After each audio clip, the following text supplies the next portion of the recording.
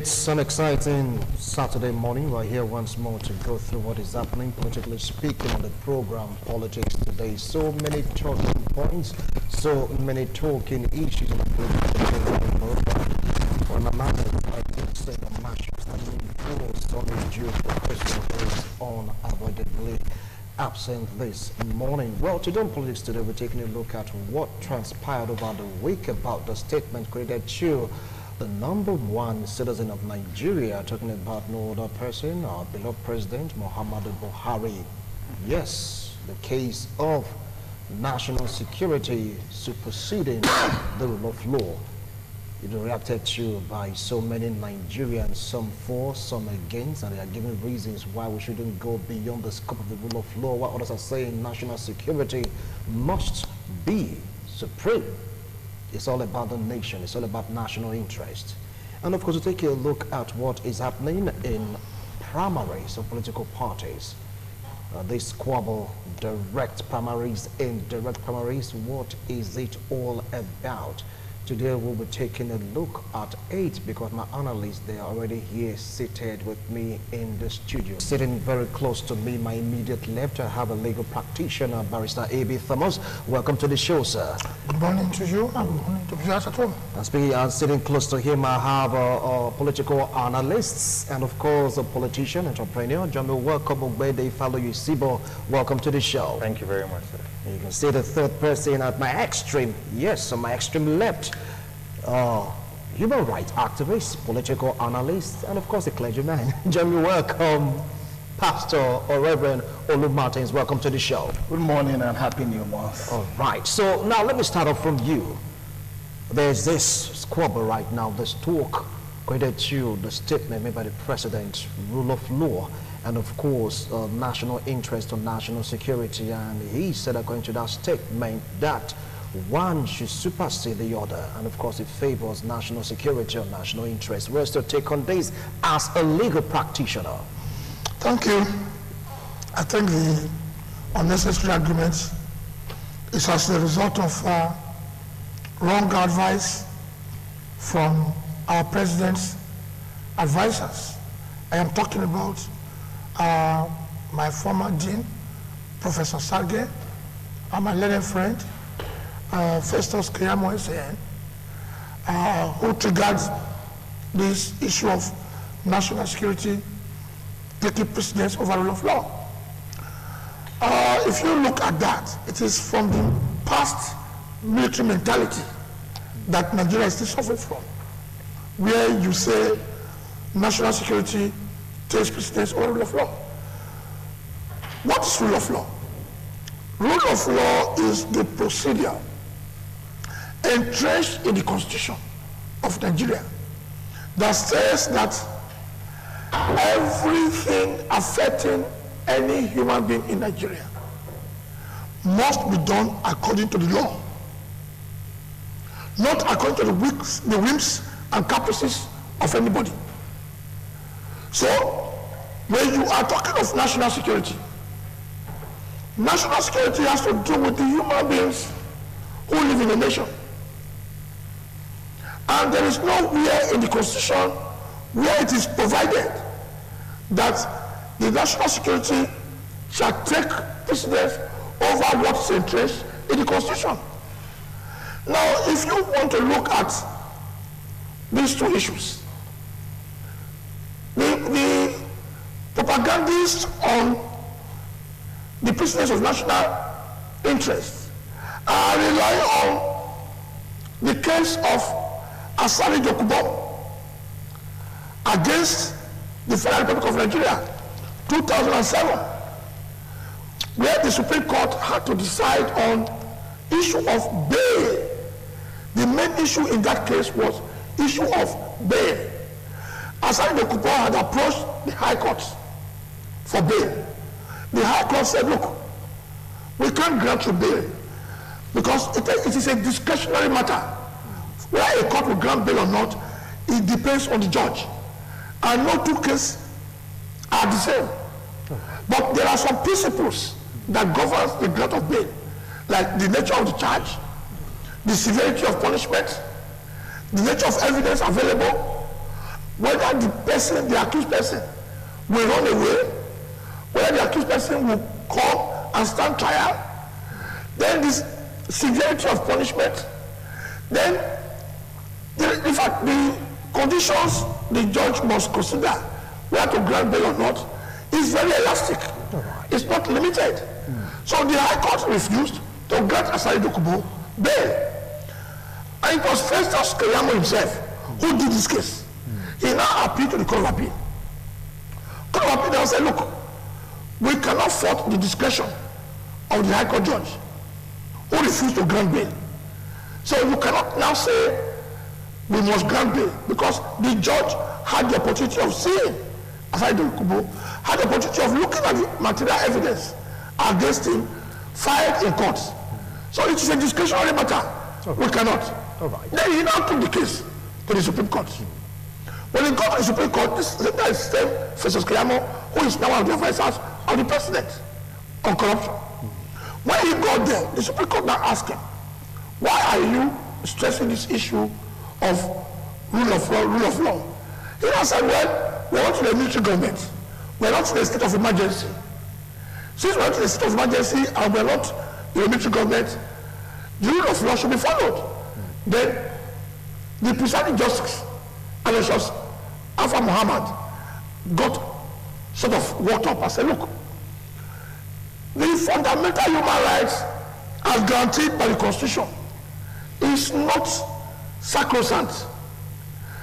In talking about giving out bail, there are things the judge must look at. Okay. We cannot here sit down at the Supreme Court and say if the judge took into consideration national security, that there is a probability of the accused person committing the same offense again. If he is asked to go, he will commit the same offense and the country will be in disarray. You cannot say that national security cannot be one of the things the court should consider. All right. The court never dealt with the issue of national security as an issue. It was what we call a law, obiter, aside discussion. All right. So for anybody now to now say that was the decision of the Supreme Court in a matter that concerns just merely bail, not a matter of which one supersedes. All right. Because if you look at section 1. Okay, we'll come back to that and you just hold on. We'll come back to that because we've talked about the appeal, the High Court and the Supreme Court. I'll come back to you on that. He has laid a wonderful foundation for this. And I came with the newspapers and evidence because they asked, what proof do you have? We'll come back to that now. Obede Falo, you see, but what's your take on this? Well, thank you very much for the question. It has been, a general worry that we appear not to be very much at home with what democracy provides in a democratic setting. And it is more worrisome when we have those who studied law, who call themselves lawyers, have to subject themselves to partisanship when it comes to the issues of the Constitution, when it comes to the issues of the rule of law. It is expressly clear. Section 1 sub 1, like I was going to quote, says that the Constitution of the Federal Republic of Nigeria is supreme.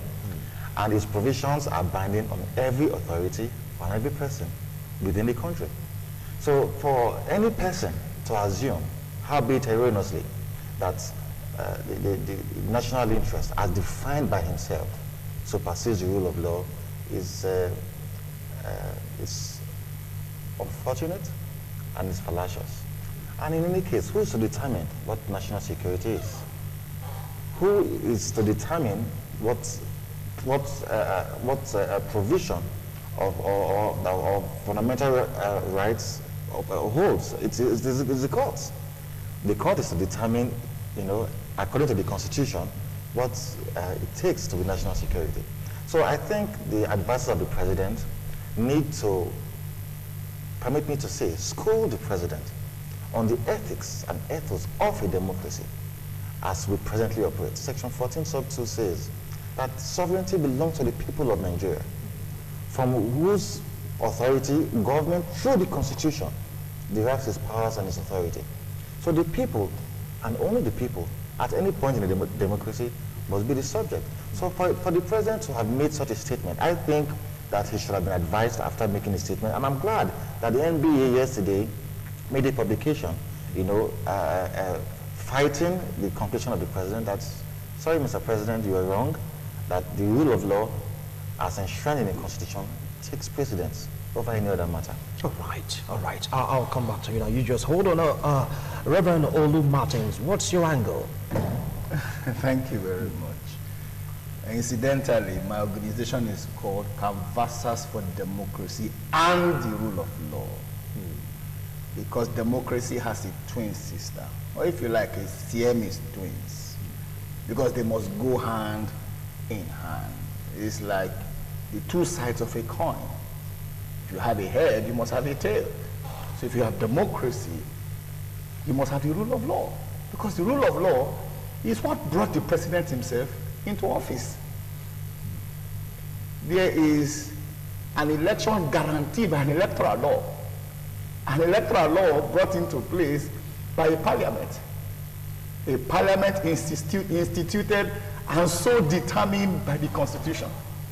So the foundation upon which the president sits on that chair as president of the Federal Republic of Nigeria is the rule of law. And like Chief said, it is not democracy and the whims and caprices of an individual. It is democracy and the rule of law. Because I'm in consensus at the time with what the Nobel laureate said, that statement is an attempt to annul the judiciary. Because what it means is that the police officer can accost you on the road and give you a whooping slap and holds you and says you can't move. And he says, why? He says it's in national interest. Or he is afraid that your actions are against national security.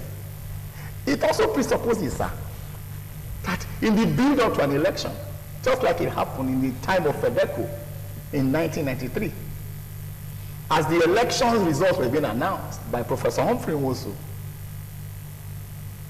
the former self-styled military president, IBB, annulled the election.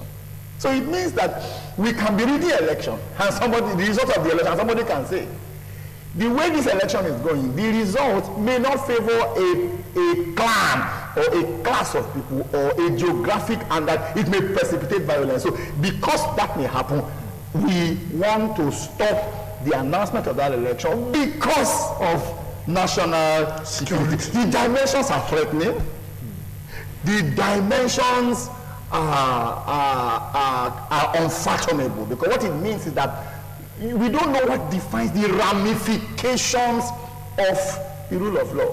On several occasions, in referring to Dasuki and the El Zaki,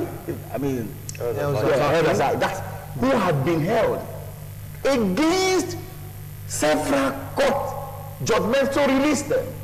And then an individual or the presidency, using his own discretion, says that those people pose as a danger. At any rate, when a matter is before a court, and we think that the proceedings of that matter may produce certain information that may be classified, like the Americans will put it, what the judge will say, and I stand to be corrected, is that he decides to hear that case in private and says, okay, because of what we may say in this particular case is may be important for us to, so that people do not hear and misinterpret it because of the information. So my fears are that we do not know the ramifications of national security. Number two, who determines national security? For instance, I am the one accusing you. I don't like you. Somebody says release him. I am also the one that determines whether I want to release you. At any rate, I don't like you. All right.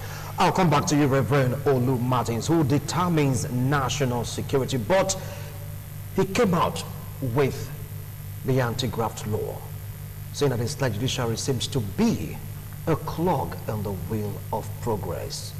You must have known about loopholes that accused President use one loophole or the other to escape being jailed for their crimes. So talk about the anti-graft. I don't think he's making a point in that regard. No, I don't agree. Loopholes. I don't agree. That is the beauty of democracy.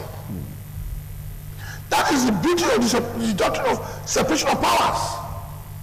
The Constitution itself is Section 4. Because we must look at it. Section 1 of Section 1 of the Constitution is clear. And it says, please just allow me to make it clear to you, so that we cannot be taken on any jamboree. Section 1 of Section 1 says, this Constitution is supreme, and its provisions shall have binding force on all authorities and persons throughout the Federal Republic of Nigeria. You know what I'm saying? Yeah. A binding force. It means that even the Supreme Court itself, the highest court in land, cannot give any judgment that is against the Constitution. The Supreme Court will lack the virus. It will be ultra virus of the Supreme Court to make such a decision. Now, in a democracy, and when you have a written constitution like that of Nigeria of 1999, you have the executive created by the Constitution. You have the legislature created by the Constitution. You have the judiciary created by the Constitution. The executive is simply to just carry out the day-to-day running of the government of the country. The legislature is to make laws for the good governance of the country, while the duty of the judiciary is to interpret the laws. So if laws are made by the legislature and the executive, in an attempt to enforce it, fails to get enough evidence to produce for the judiciary, the judiciary has no other duty than to interpret the law the way it is. It is not the function of the judiciary to help the executive to scout for evidence, to nail any Nigerian. But again, under democracy, it is the duty. The difference between democracy and meritocracy is that under democracy, you are presumed to be innocent until the court finds you guilty, not until the president finds you guilty. Not until any human being finds you guilty, until the court finds you guilty. And that is why, when they say there are loopholes in anti-graft laws, those anti-graft laws are what we call in law subsidiary legislations. Subsidiary legislatures. They are inferior to the Constitution. All right. Now, once they are inferior to the Constitution, and you charge somebody under those anti-graft laws, and you now say you are taking that person before the court, no human being in Nigeria has the duty to determine what is national interest or national security except the judiciary. All right, except the judiciary. The judiciary. All right. Not any president. Not any person. Not any person. All right, now, where does the executive powers now comes into play? Because we're talking about now national security and, of course, the rule of law. You see, the greatest form of corruption in any democratic setting is a violation of the rule of law.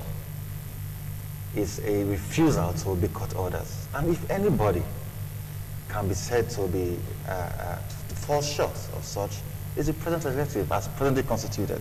There are several court rulings that have been violated and disobeyed. That is corruption. So if the executive is blaming the judiciary for being a clog in the wheels for fighting corruption, it's a tongue-in-cheek statement. They don't mean it. It's about someone lying to himself. How? In an attempt to hurriedly, hurriedly arrest an individual on the cases of corruption, and you do not have enough evidence to prove before the courts who determines if the person is corrupt or not, if he's guilty or not. And at the end of the day, your flimsy excuses or your flimsy reasons are washed away. Flimsy because strong excuse that because nobody has been convicted yet. What we're saying is that's the angle the reason because why, of the loopholes in these laws. The reason why the EFCC, yeah, and by extension the federal government, has successively failed to prosecute those he terms as corrupt is because of the flimsy reasons they put before the courts, and that is why more reasonable lawyers defeat them in judgment. It's not because of the loopholes.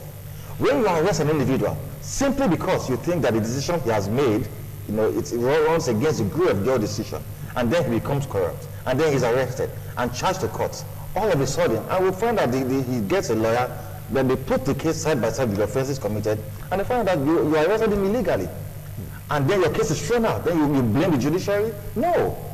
If we are serious about fighting corruption, it starts from the root. The presidency or the executive must first of all show seriousness in the fight against corruption. This is not a fight against the opposition as it currently looks like. So there are lots of cases of the presidents or the presidency violating court orders. There's no corruption as bad as that. So if we are going to close our eye to a form of corruption, our attempt to threaten our political opponents, labeling them to be corrupt, and when we get to the courts, there's no substantiable evidence to try them as guilty, and the cases are thrown away, you blame the judiciary. That is a failure on the part of the executive. All right, now in the fight against corruption, you can still agree to the fact that it's not only your position, some members also of the ruling party have been fingered one way or the other. Bottom line is that... So I wouldn't want to based on just opposition. The bottom line is that the excuse of fighting corruption and arresting people arbitrarily without having substantial evidence against them makes mockery of fighting corruption. All right, fine, I'll come back to you. Now, is it all about evidence or the facts on the ground? And of course, don't forget the executive order of the presidency in this regard. You know why it is easy to serve God? You know why? God is dependable because he's not a respecter of persons. Even Bible says so. That God doesn't look at your face. What he will do for chief under a circumstance, he will do for the family under the same circumstance. And I'll give you an illustration. Israel wants to bless Jacob. Israel now wants to bless his firstborn. So he asked him, go make me that kilishi or suya that I like. And the boy goes hunting. Whilst he does that, the woman who prefers, Rebecca, who prefers Jacob. Now Isaac wants to bless. Now it is between Jacob and Esau. Yeah. Esau will get me something. Rebecca prefers Jacob. Jacob goes, wears a hairy forecoat, and then he has the voice of Jacob, but the hand of Esau. And by the evidence available, Isaac pronounces the blessing on Jacob. And Esau comes and says, who are you? He says, I am the real owner. And the guy said, look, by the evidence before me, I have released the blessing upon Jacob, and he has got by the evidence that is before me. Isaac could not reverse it, even though he looked at it and said, look, I suspect that Jacob is a criminal. But there was nothing he could do about it. The reason is because God had already said it, that the younger one was going to be greater than the elder one. It was a law. It is the same thing here. You may feel that Dasuki is corrupt or Dasuki is a threat to national security, but it is not at your discretion. The law has said, let this man go. You have no choice about it, because if God dealt with people according to looking at their face, so okay, be like say I have a problem with you in 1984, because people are now suggesting it. Do not forget that when this government was toppled by the Babangidas, the man who led the onslaught over the arrest. Those are just speculations. That's what I'm saying. Those are so I wouldn't want to go by speculation. Let's focus on the law right now. You know why? You know why certain things are important. The reason is because if you don't provide certain answers, you will allow people to fill in the blank spaces by themselves. So these conjectures are not conjectures that we want to throw up. They are conjectures that people are giving us to throw up. Just like we say in our local palace, wish cry for night, or dog cry for night, the king die for money. Bottom line, sir, is that what is supreme in any society is the law. ITV, for instance, that we sit in, they have their laws, and that law is binding upon everybody. The moment the GM of ITV begins to think that because he doesn't like you, maybe one person is too tall, one person is too short, work cannot be done excellently. It is also in the same thing for organizations. Organizations must have a means of promotion outside the MD. if you do X, Y, Z, you will be promoted. That's what God told Cain. He said, Cain, why are you upset? If you do the right thing, your prayers will be answered. If you don't do the right thing, your prayers will not be answered. It is not what I invite you as an individual. All right. So it's not an individual Okay. thing. It's the fact that you must follow the process that even brought you as the president to office. All right. What I want to add to what he said. Yeah. The moment a nation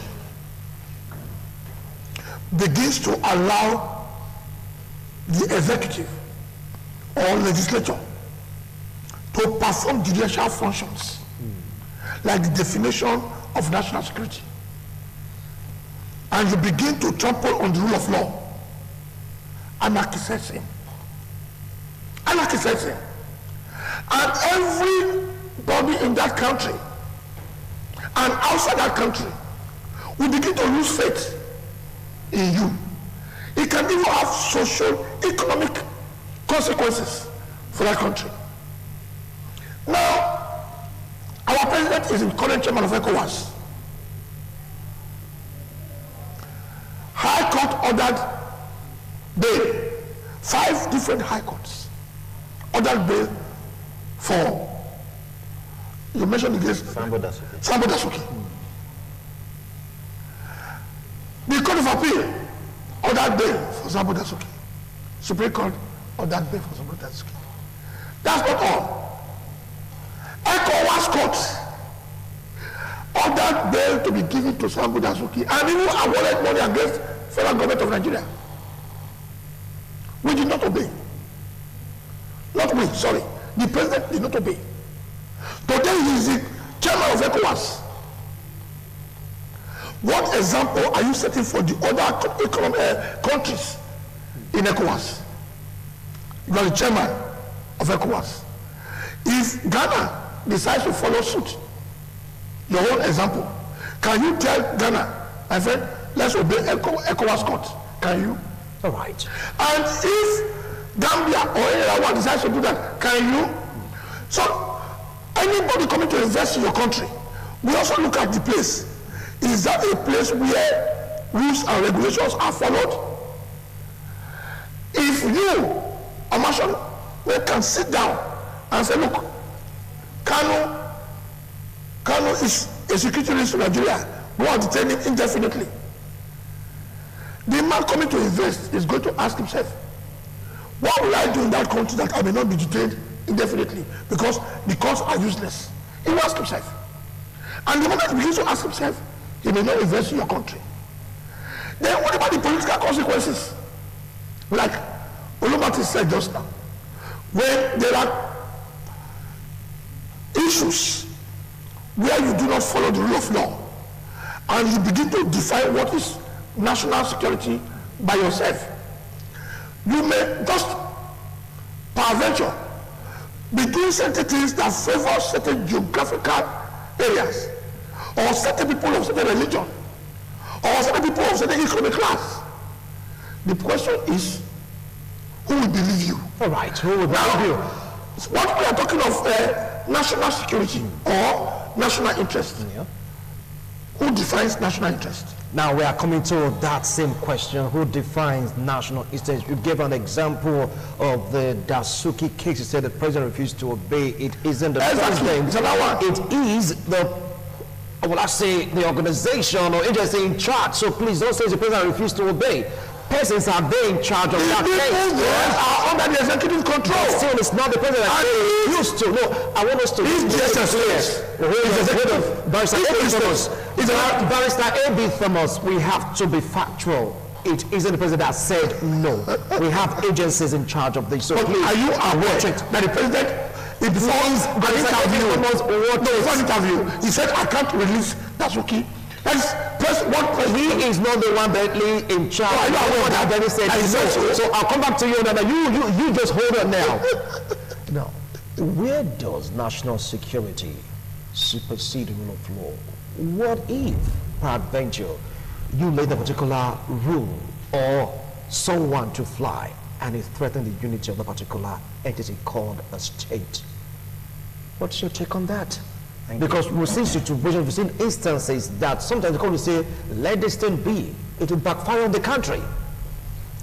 If there's such an instance where the judiciary have given a position and backfired, that is fine. That entrenches the democratic system we practice. Section 14 sub 1 of the Constitution says that the Federal Republic of Nigeria shall be a state on whose principles democracy and social justice shall thrive. Democracy and social justice. What does democracy entail? That there are three arms of government.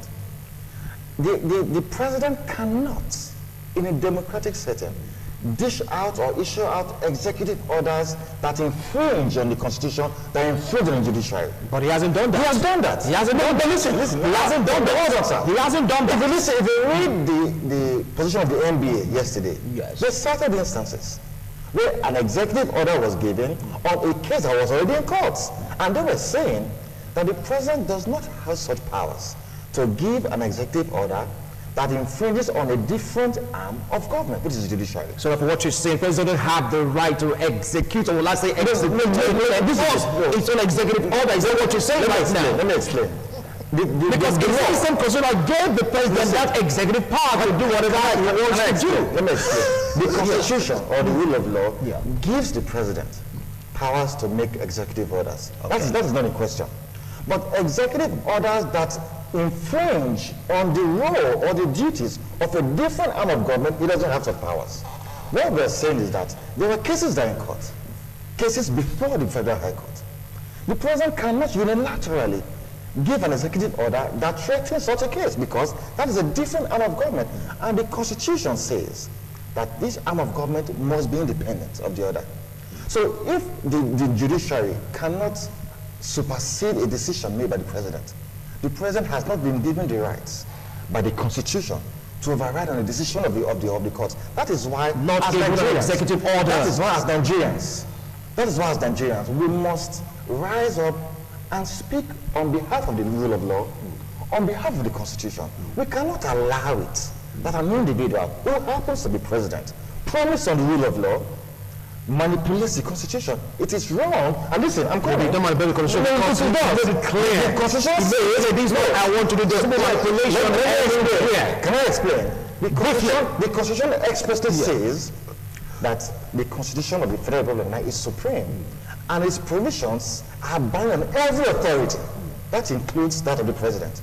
So the president must subject himself to the provisions of the rule of law, which confirms the independence of the judiciary and that of the legislature. So they also say that the bickering between the legislature and the executive makes mockery of democracy.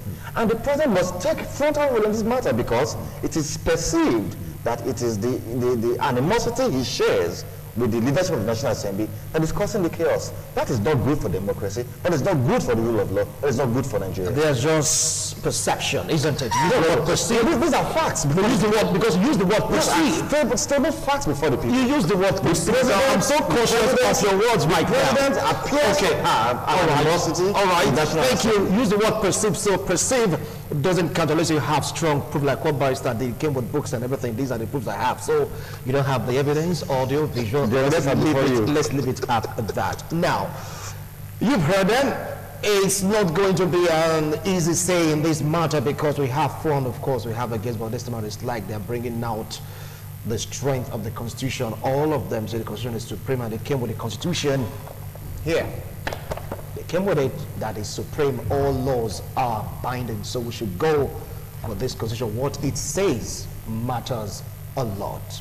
Anyway, let's leave it at that. There's evidence you need. Okay, now let's take a look at the primaries. Direct and, of course, indirect primaries. It seems to be causing so much wahala, so to speak, in some political parties. Some are for it, some are against it, some are saying what is in favor of your own clan, what is in favor of your own clique, or your cabal, so to speak. I want to start off from you, Reverend Oluma. What's your take on this? Thank you. Just to quickly add that it is true that the president did not say in this regard, but and you say there are agencies involved when you were talking to him. My challenge is that they say the president is fighting corruption. Is that what they say? Do we dispute that? Who fights corruption? Is it the president or EFCC? It's EFCC that fights corruption. But we quickly attribute that to say the president is fighting corruption. But when we say something that doesn't seem to favor, we say no, it's not the president. Because he was quoting it directly that he said that, but he didn't say. For instance, now you have not stopped me that the president is not fighting corruption. You have agreed with me that the president is fighting corruption. I'm not agreeing to the EFCC. They are doing their job also. That's what people. It is Reverend. I need to make this point. I need to make a negative point. The point is that everything stops at the bulk of the president. The success of an administration is the success of the president. The failure of an administration is the failure of the president. The president has the responsibility to appoint those in those departments and agencies to help him succeed. It's just a simple, it's just common law. It's like the coach of a club to say it is Yaya Toure that made me, to lose. It's because you are the coach. It is your responsibility to beat the set of team and the coalition that will make you win. Let's focus this on the Constitution. No, listen. You've said it. Constitution. You've said it. I needed to make that point. You've made it already. And very important. Let's talk about the issue now. Primaries, direct and indirect primaries. You see, for some of us. We are, and we can understand what is going on. Yeah. All right. There are certain people who think that if you make a primary, a delegate election, that it is more manipulatable, especially for states where you have governors. Because what it means is that a lot of times the structures, both the statutory delegates and the elected delegates, are usually structures that are funded by the governor.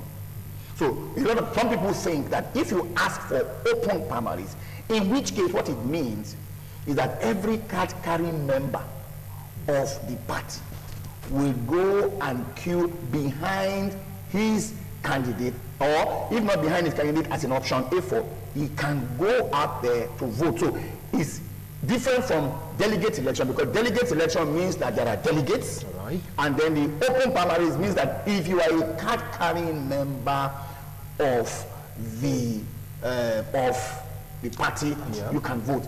The advantage is that the delegate election can be manipulated easily. It can be monetized. But for the open primaries, it's difficult, for instance, to say you want to give every member of the party who has come to vote, you want to induce the vote, knowing that you still have a general election to face. But at the end of the day, parties have the right or the responsibility to throw up the best of their candidates. It is not a one-party state. It's multi-party state.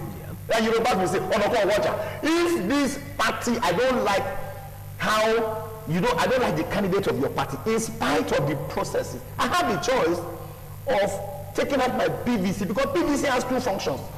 It has the first function, like Osako will say, to vote somebody in.